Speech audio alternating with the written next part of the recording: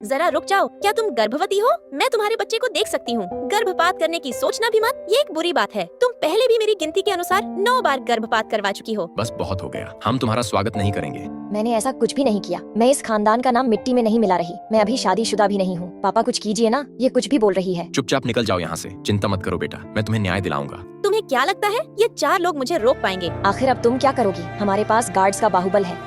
एक छुटकी बजाते ही 2 लोगों के तो डंडे टूट गए और 2 लोग अपनी बंदूक लेकर अपने ही घुटनों पर बैठ गए। मैं इस परिवार की बेटी हूँ और मुझे यह चीज साबित करनी पड़ रही है। हम पहले भी डीएनए टेस्ट करवा चुके हैं और उसमें साबित हुआ है कि यह ही इस परिवार की बेटी है। आखिर तुम्हें इतना घमंड किस बात का है? इस परिवार की बेटी तुम नहीं बल्कि मैं हूँ। तुम्हारे टेस्ट में तकनीकी गड़बड़ी थी, इसे मैं ही टेस्ट कर सकती हूँ। इसके बाद मैंने चावल पर जादू करना शुरू किया। आखिर तुम मुझसे चाहती क्या हो? मुझे यहाँ से बाहर निकालना और मेरा नाम भी तुम चुराना चाहती हो? डीएनए का कैसे पता लगाया?